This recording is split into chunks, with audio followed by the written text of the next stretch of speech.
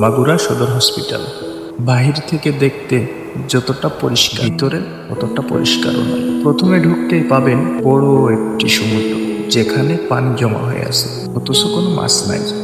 কিছু দূর যাওয়ার পরেই পাবেন ইমার্জেন্সিতে দেখতে পাবেন একটি ডাস্টবিন। ডাস্টবিনে কোনো ময়লা নাই, ফ্লোরে অনেক ময়লা। কিছু দূর যাওয়ার পরেই পাবেন একটি সিঁড়ি।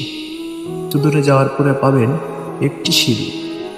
সিঁড়ি তো নয়, যেন পুরা শহরের ময়লা ফেলা একটা ডাস্টবিন। আপনি হয়তো ভাবতে পারেন এখানে কোনো ওয়ার্ড বয় নেই।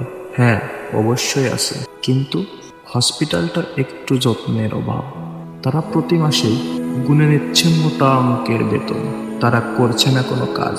রোগীরা শুয়ে আছে, এটা মাগুরা সদর হসপিটাল। দেখতেই পাচ্ছেন এখানে বেডের পাশে পড়ে আছে হাজারো চিপসের প্যাকেট, পড়ে আছে অনেক মানুষের মুখ মোছা টিস্যু, উপরে ঘুরছে অনেকগুলা ফ্যান, কিন্তু ফ্যানগুলাই ঝুলছে শুধু মাকড়সা। সিস্টাররা আছে, সবাই ফোন নিয়ে ব্যস্ত, অথচ রোগীগুলো যন্ত্রণায় ছটফট করছে হসপিটালের বেডে। সেদিকে কোনো কান্না, তারা ফোনেও অল টাইম মুগ্ধ থাকে।